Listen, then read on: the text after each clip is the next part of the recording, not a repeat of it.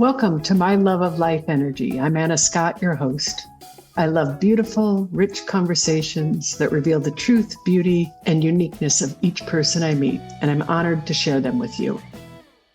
Good morning and good afternoon, and welcome to my podcast, My Love of Life Energy. And today, I begged and pleaded, and I got Carrie Baum is in the house. Welcome, Carrie. Thank you. I met Carrie at the Art of the Seer Academy, and she co-teaches with William, the creator of the school, The Path of the Mystic. And when I met you, Carrie, I fell madly in love. I was like, who is this badass woman? We did a reading before you started. Oh, I remember that Okay. reading. It's one of the readings that we'll never forget. Thank you. You were in the Oracle class, and I came in, and We were just finishing that up. Yeah. yeah. So how did you start into this whole psychic world and doing these readings? Um, how did I start?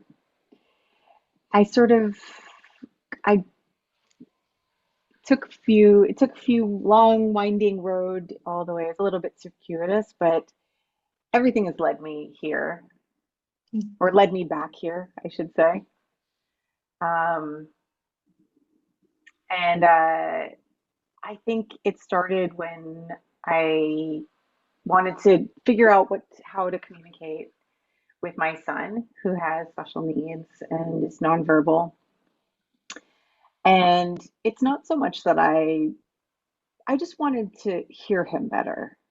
Mm. I wanted to uh, intuit more clearly what he wanted me to know.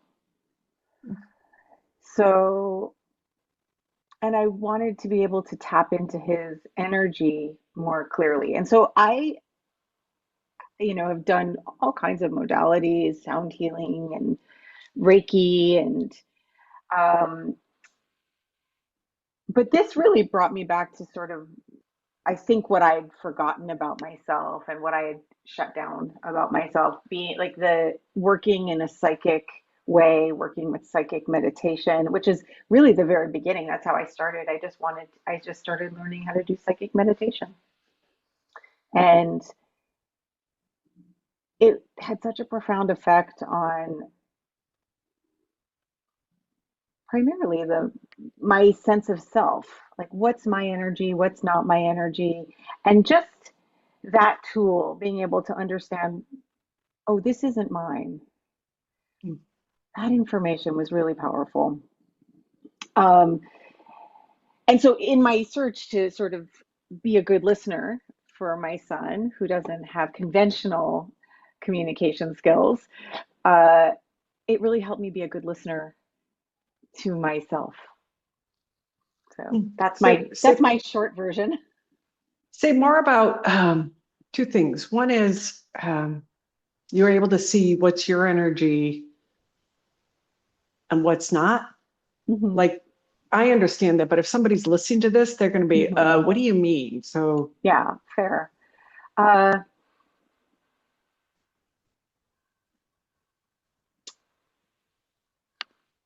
the way to the way I think about it, have you ever had somebody come into a room and the vibe changes? oh, yeah.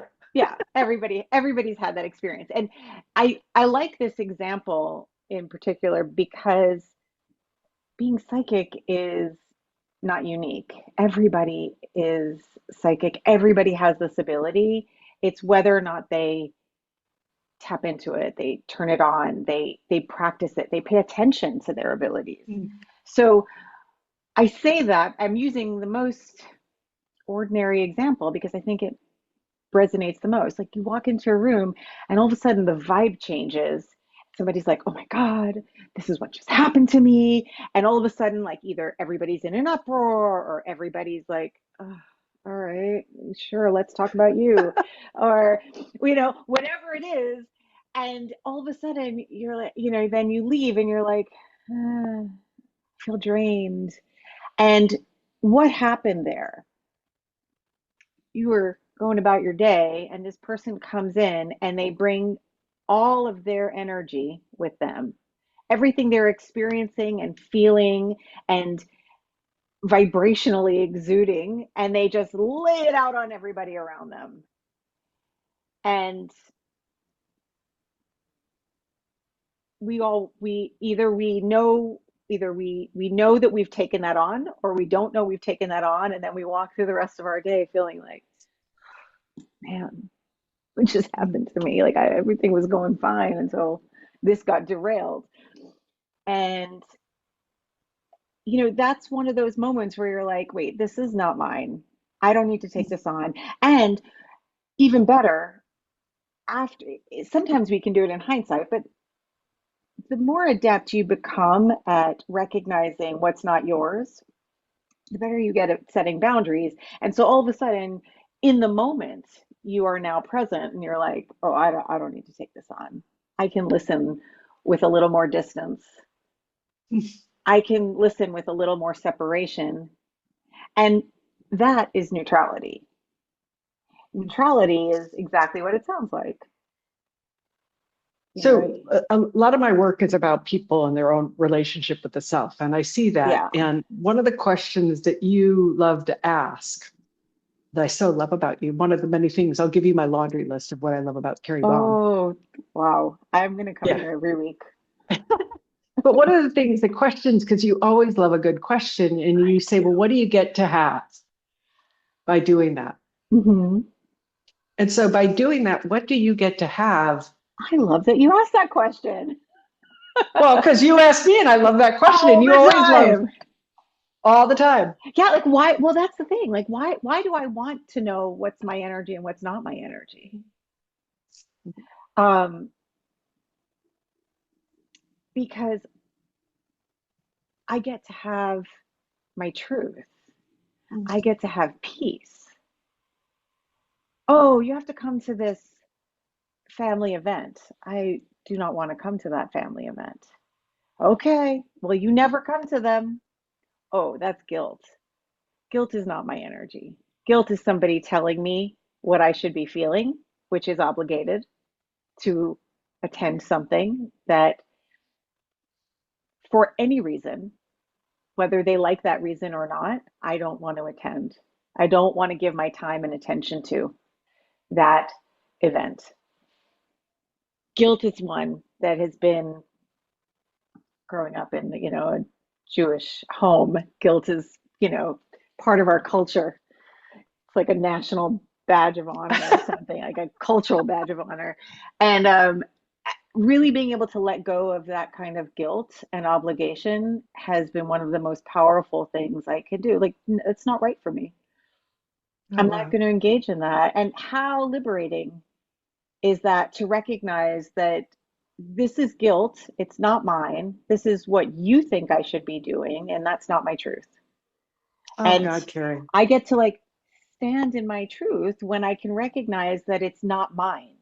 This is, and like there are many, many, many examples of families doing that to each other. And, you know, some ways it's out of love and wanting to be together, but in many ways it's really destructive, because I think that like in all relationships, when we do things that we're really in agreement with, it it really binds the relationship in a much healthier way. Mm. Oh, so you get to have healthier relationships. Oh yeah, you get to have healthier relationships with yourself and everybody else when you can recognize like, oh, I feel obligated to do this, but Oh, where is that coming from? Is that mine? yeah. And it really comes Well, like it also manifests a lot in like should energy. I should do that. Well, says who? Whose energy is that should being fueled by? mm, And that can be something that's not even related to another person. That can be like, I should exercise. Who's saying that to you? What is that about? What is that? Where is that coming from? Is it about how you feel? Is it about how you think you should look? Is it about something else that someone told you? Some societal pressure? It doesn't have to be specifically about um, an individual's energy. We handle a lot of societal energies. Just a little bit, a little bit. Yeah. So what you get to have by knowing what energy is yours and other people is freedom, is what it sounds like. Yeah. A lot more freedom in your life. Like Sovereignty. I love that word. So um, that's one of my favorite words that I've gotten out of this training. Sovereignty. Hmm. Me And too. it's not like I try to use it, but so I'm curious what it means to you, because it's one of my favorite. But I'm like, what do you see about sovereignty? Um, I am I am the boss of me. Oh, In like that fun way that people say it. I am the boss of me.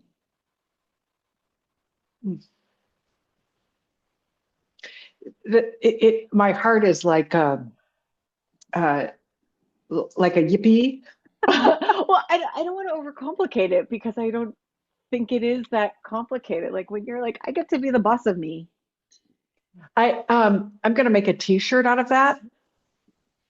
Is there a T-shirt? Have you ever seen that? I'm the boss of me. I'm sure there is somewhere. If not, I'm I'm sure gonna if you make look it one. up. I swear Yeah. to God, I'm gonna make that, and I'm going to put that up on my website and sell them. I'm stealing it from you. I'll give it I CM. don't take credit for it. Oh, I'm so stealing, and I'll put CM quotes or CB. Sorry. The other thing that you said in the beginning when we were talking about, which is one of the things, like all these things are near and dear to me, but my heart, but it's about listening. Like you learned how to listen deeper. So can you speak more about that?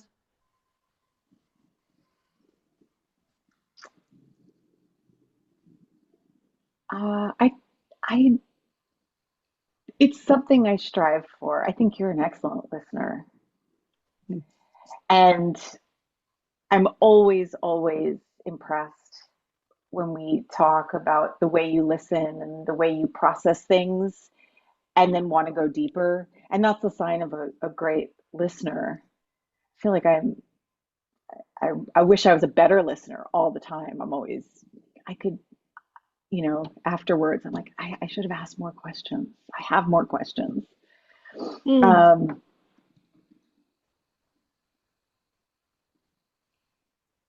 yeah, I think sometimes we want to say stuff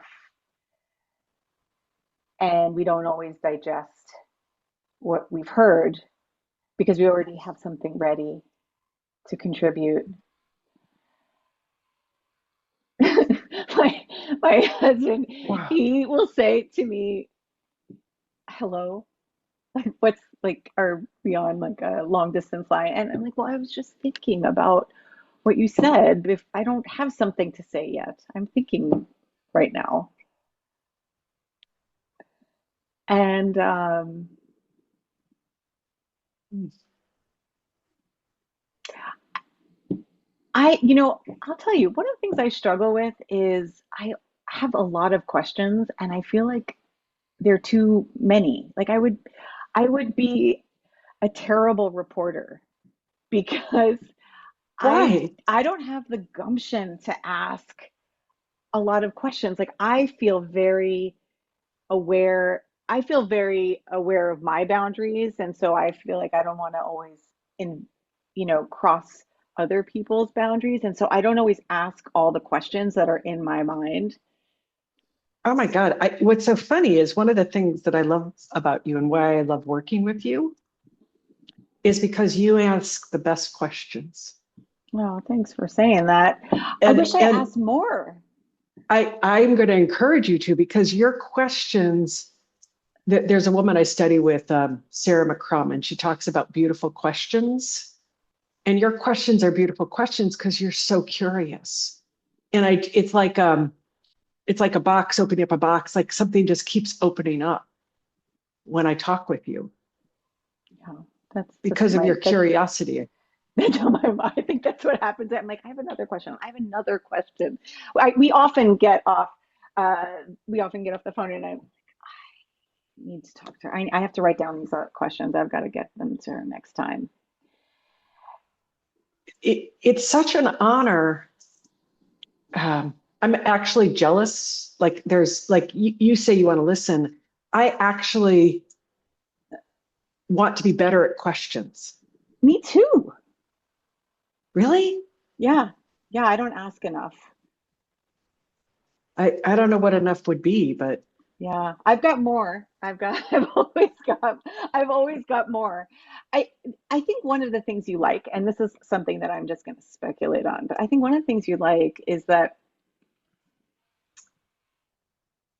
my questions have a very optimistic, I, they're just imbued with optimism always, I think. That's the best way to say it. I never thought about that. And I think that's why you like my questions so much. And I I don't do it on purpose, but I do it reflexively.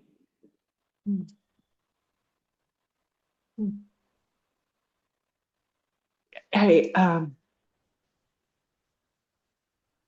I guess it's is it from where you're standing and looking at? Has that psychic work like what you stand and because of what you can see? Oh God. Oh my God, I just had an emotional reaction to this. Because of what you can see, of course your questions would be optimistic. Um,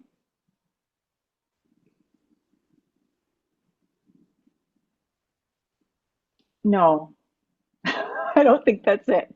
I think actually it's because of what I choose.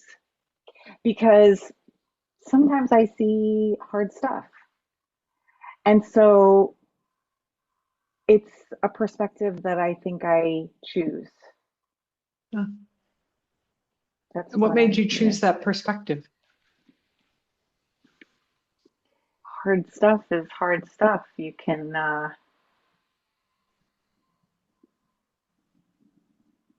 You have to choose how you like. This is life, and life is nobody. Yeah, I don't know what the expectation for easy is. I don't think easy is all that interesting necessarily. Huh. Um, but I think that I think you choose what you want to get from life, even the hard things. And there's a lot to be had. So that's what I'm looking for. I mean, you can look for the you can it's easy to see everything that feels hard. It's easy to see all the obstacles, but Huh. all the hard stuff, it's easy to dwell on like, the weight of the world. And I certainly get crushed by it at times, but that's just not how I want to go through life. So I guess it's just a choice. I wish I Do had you like ever more definitive answers, like, no, this is my philosophy, but I'm like, no, I don't know. I No, don't I know like what it is. I'm like I like it. It's I simple. mean, I'm just figuring this out. I think that's the first time I've ever said that, or I've ever like had that reflection about myself. I know I'm an optimist, but I think that's what you like about my questions. No, I think it's different what I like about your Tell questions. me. Um, I think it's rare to be with a human being who asks you questions. I think that most people are innocently, and it's not a judgment, is that we're so self-absorbed in our own world that we don't have the capacity to get outside ourselves to go in and see what somebody else's world is like. And so when somebody's interested, it makes me have to stop and look to see what else is in my world that I haven't seen. So what I like about questions or your questions is one is I have to pause and look Hmm. because I'm used to seeing my world as how I see my world. Hmm. And when you ask me questions, I have to really stop and look and see, well, I'm going to get emotional. What else is here that I have not seen? And so what's so refreshing is to be with somebody who asks questions, is it allows my world to expand and for me to see what's in my world. Yeah. And then the other killer part is when somebody, I created this new website called Seeing What You Can't See. And it's to do a psychic reading or do like a small reading, but also integrate it for my coaching. But what I love about you is you can see things I can't see in my life. Hmm. And my teacher would say, I have something on my face and I can't see it. And you've done readings with me, and they've been so vulnerable because you saw the truth. You saw what I was doing. And I couldn't see it. And so it's so freeing when somebody can say, hey, do you know you have a piece of spinach on your mouth, rather than walking around with it? They can see it so I can take it off. And that's I what you always do. do that. Always. Yeah. Literally. I'm like, do not let me walk around with spinach in my teeth. And I promise, I don't care if I know you or not, I will tell you. Yeah. But that's a gift. And that's the gift of your readings and your questions, is because then you can see and you can help somebody see where they're stuck, where they're doing something that might not be serving them. That's one of the things I love about reading, um, because I think that my understanding of humanity grows with every reading.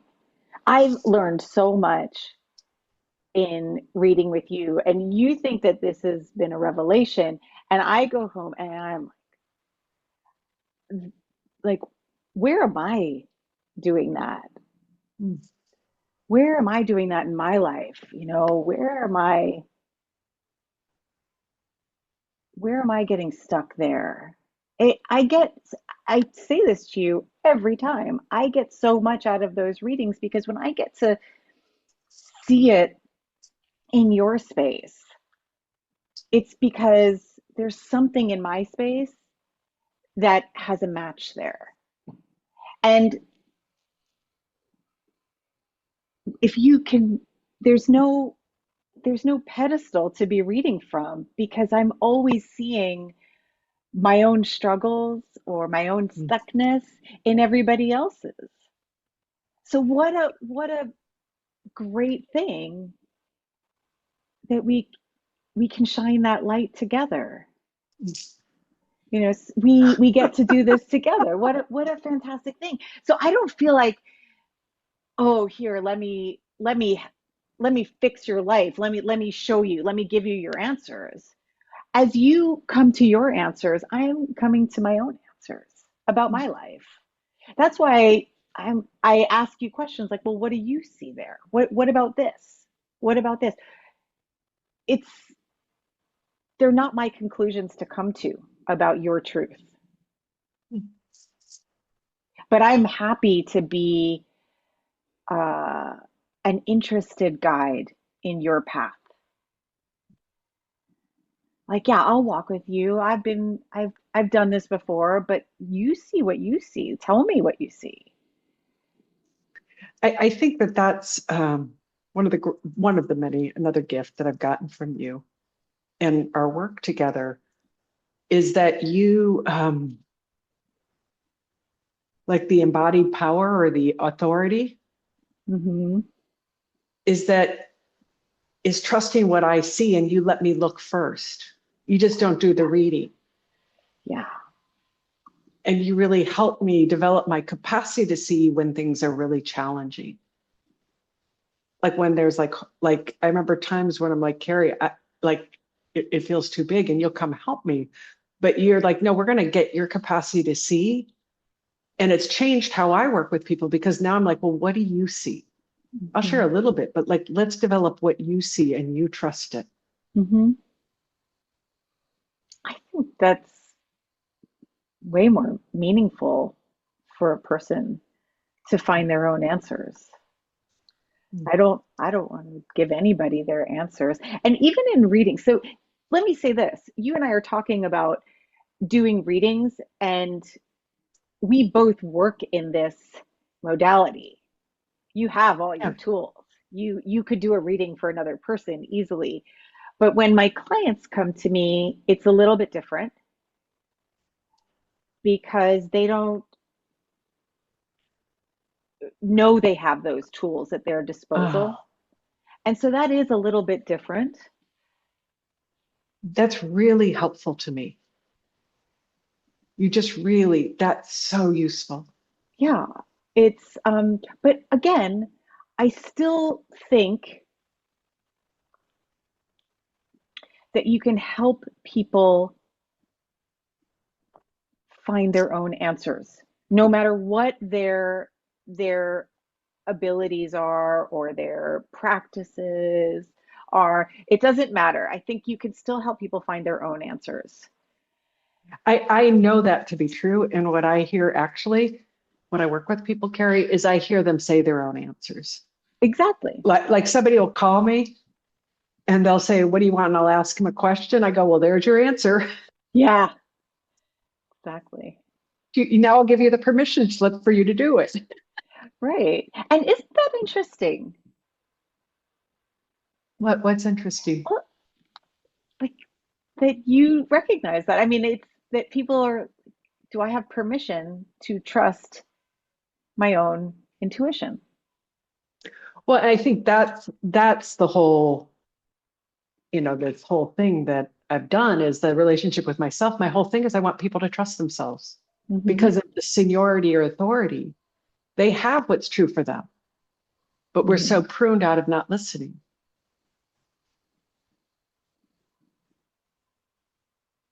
Yeah, yeah,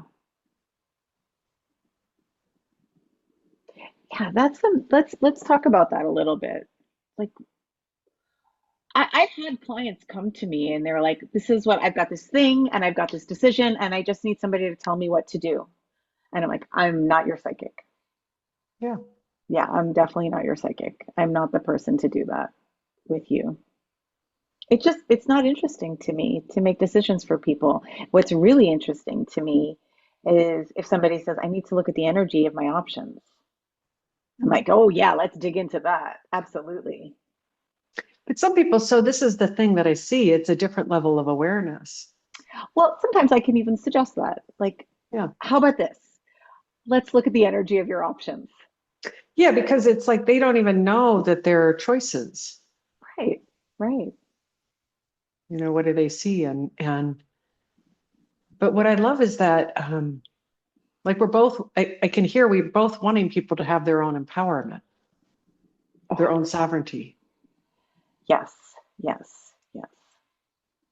And I can feel my ego, which I don't I like there's this whole coaching identity, like supposed to know, like that bravado. Hmm. And but it's so much more fun to watch people go, "Oh, I know myself. I've got this. I've got Hmm. myself." Some of my most uh, effective big readings have been readings where I've said to clients, I have no idea what I'm looking at. Mhm. I do not know what this is. Let's let's look at this together. I don't, and I am the first person to say I don't have the answers. I don't know what it like, even in just, well, we'll all be talking and somebody will say, "Mom, what is this?" And like this. And like actually, I don't know if that's true. We have to check that. And in my life, I have always been a person who is critical of, what are your sources? I need primary sources. Always. I always want primary sources first. But like where did you get that information? Where did you check it? And so I'm very careful that I don't say things that I don't know to be true. And I'm the first person, I like to tell you, I'm very convincible. Like, give me your best argument. Let me hear it. I want to hear it because if my mind can be changed, Uh, then it's expanded. yeah, so I see there's a difference in the mind expanding and then the bodily truth, right? Like I go, Say more. um, I know when I know Hmm. something will feel right. I don't give a fuck, excuse the expression, what the source is. If it feels right to me or not. I Hmm. remember having a fight with my husband, who's since passed away. He had an infection. And I was talking to the dermatologist, and what he was saying to me was the expert. And I'm like, well, is it this? And he kept on going, well, I'm blah, blah, blah, blah. I'm like, I could feel in my body it wasn't true. Hmm. For sure. For And sure. that to me is the truth, is when I can feel my truth and stand in it when everybody else is saying no. I would say that's a primary source.